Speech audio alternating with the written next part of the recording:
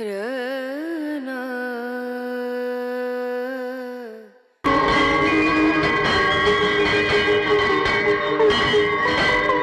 ఏం హనుమయ్య, ఏదో దీర్ఘంగా ఆలోచిస్తూ ఉన్నట్టున్నావు. శివయ్య మీరా? ఏం లేదు శివయ్య, అందరూ నేను ప్రతిదానికి ఓవర్గా రియాక్ట్ అవుతున్నాను అంటున్నారు. నేను ఇక నుంచి మౌనవ్రతం పాటించాలనుకుంటున్నాను శివయ్య. ఆహా, నువ్వు మాట్లాడకపోవటం నీ చేతిలో ఉందని అనుకుంటున్నావటయ్యా హనుమయ్య. సరే, మౌనవ్రతమే గొప్పదైతే కురుక్షేత్రంలో అర్జునుడికి మౌనవ్రతం పాటించమని చెప్పి ఉండేవాడిని కదా.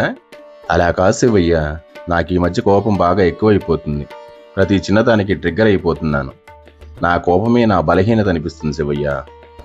చూడు హనుమయ్య, సెన్సిటివ్గా ఉండే వాళ్ళకే కోపం వస్తుంది. అయినా ఆ కోపం నీ బలహీనతని ఎందుకు అనుకుంటున్నావు?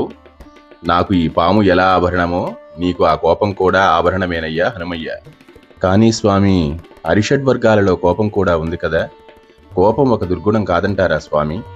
పరశురాముడు, విశ్వామిత్రుడు, దూర్వాసుడు, భృగువు, జమదగ్ని వీళ్ళంతా మనుషులే కదటయ్యా.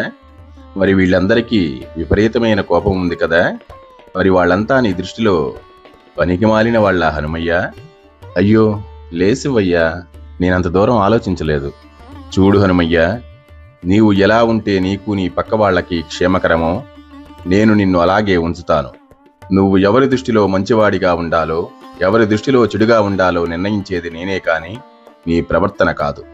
చేసేది చేయించేది నేనే కనుక నువ్వు మాట్లాడే మాటలకు చేతలకు కర్తృత్వం తీసుకోకు. కోపం వస్తే కోప్పడు, సంతోషం వస్తే ఆనందించు. జరిగిన వాటి గురించి, జరగబోయే వాటి గురించి బాధపడకు. ఎందుకంటే ఈ జగత్తుకు సూత్రధారిణి నేనే. నువ్వు కేవలం పాత్రధారివేనయ్యా హనుమయ్య.